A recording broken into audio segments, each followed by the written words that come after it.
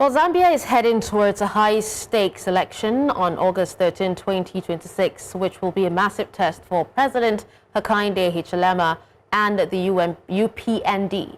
Now, while the government is getting credit for passing the Access to Information Act and cleaning up the voter registration process with new online tools, many Zambians are feeling the weight of a tough economy, rising food prices, and massive debt. Now, according to the Africa Center for Strategic Studies, the big question is whether the government can deliver on its promises of rule of law while people are struggling to make ends meet. Now, because things are so tense, fake news is expected to be a major problem. To get ahead of it, groups like the UNDP and local civil society have teamed up to launch an information integrity coalition specifically to catch lies before they spread. So despite some rumors you might hear online about the election being moved, the Electoral Commission of Zambia, that's the ECZ, has been very, very clear that the date is set in stone. The 2026 vote is not just about picking a leader, it is about whether Zambians feel their lives have actually improved since the last big shift in power. Joining us to speak more on this, we have Aaron Gambi, a political analyst in Texas, USA. Thank you so much, Aaron, for joining us at this time. Thank you for having me. It's a pleasure. Now, Aaron, the government is projecting a 6.4% GDP growth rate for 2026, yet nearly 60% of the population still live below the poverty line. So how do you explain to a voter in a rural district that the macroeconomy is fixed when the price of meal remains a daily crisis? Yeah, that's actually been the challenge for this administration. You will recognize that their economics looks very good on paper. Unfortunately, it does not trickle down to, the effects do not trickle down to the masses or the people on the ground. The issues of bread and butter still remains the major decisive issue going into this election. But also you look at what the government claims. The government has claimed that they have restructured the debt, which in fact they inherited an enormous debt from the previous administration. They've restructured that debt. They have set the economy on its path to prosperity. And just like you pointed out, the projection for GDP growth this year is at 6.4. In fact, at the end of 2025, the projection was at 6%. But yes, in fact, the figures that you're quoting are very conservative. About 60% of Zambians still live in poverty. In the last 4 years and 5 years now, the current administration claimed that they've done so much in terms of improving the economy and in terms of talking about exchange rate and inflation and things like that. But these factors do not translate to how the people are feeling on the ground. So now, Zambia is also praised as the first to successfully restructure debt under the G20 Common Framework. Yet we're seeing external debt still sitting at $15.78 billion in mid-2025. So would you say that this is a genuine recovery, or are we simply pushing a massive financial time bomb into the next presidential term? Well, when it comes to debt restructuring, you know, these things are very technical and they take time. If you're dealing with the IMF and the World Bank and the G20 framework of debt restructuring, you don't expect to see results overnight. What you expect to see is over time, probably in the next 5-10 years, then you begin to see the effects of the process. But nonetheless, what the people are concerned about, or the people want to see, are tangible results on the ground. You can talk about debt restructuring all you want. You can talk about single digits inflation. You can talk about exchange rate. But if people are not able to afford 3 meals a day, as they would want to, it becomes very problematic for the ruling party. Yes, Zambia is the first one to claim that they have successfully restructured the debt, but yet we have not seen the consequences of that up to now. So that is yet to be seen in the next few years, how the effects will look like. But yet, as of now, it looks very gloomy in terms of how to sell that message to the people in the rural areas, like you said. So let's quickly touch on the 2026 budget, which relies heavily, on scaling copper production to over 1 million tons annually. looking at the volatility of global prices and energy shortages, is the government's entire re-election strategy built on a mining miracle that may not materialize? Actually, they're close to that miracle that they're expecting if you look at the production of copper right now and also the copper prices on the international market. I think 1 metric ton is fetching about $13,000, and that's the record high in the last few years.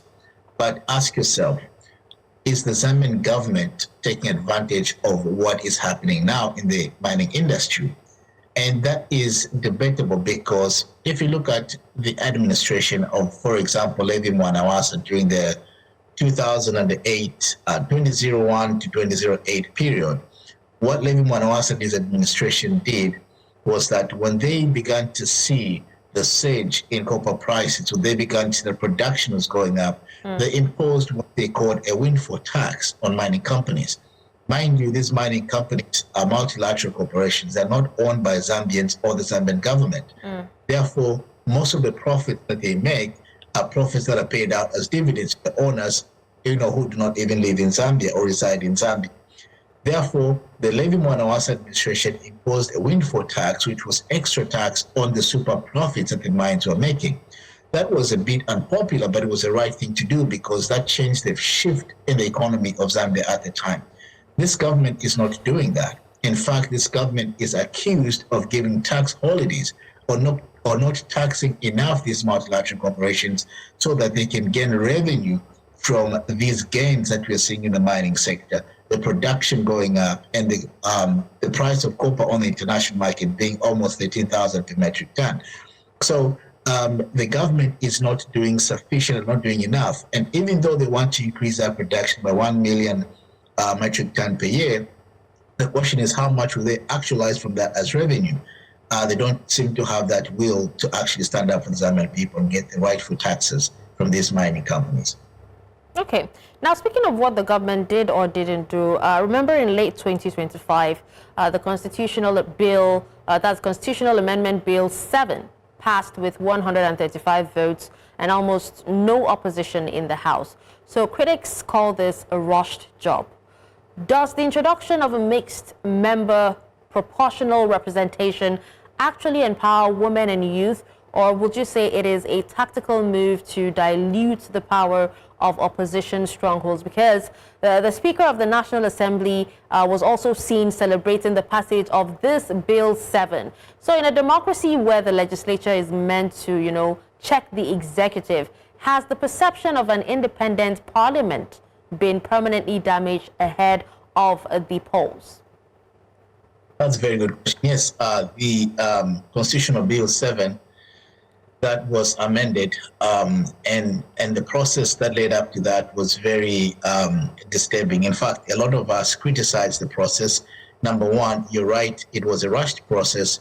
Number two, even the Constitutional Court, when this was petitioned, actually ruled that the process itself, the genesis of how this bill came about, was not constitutional, was not in the spirit of the Constitution.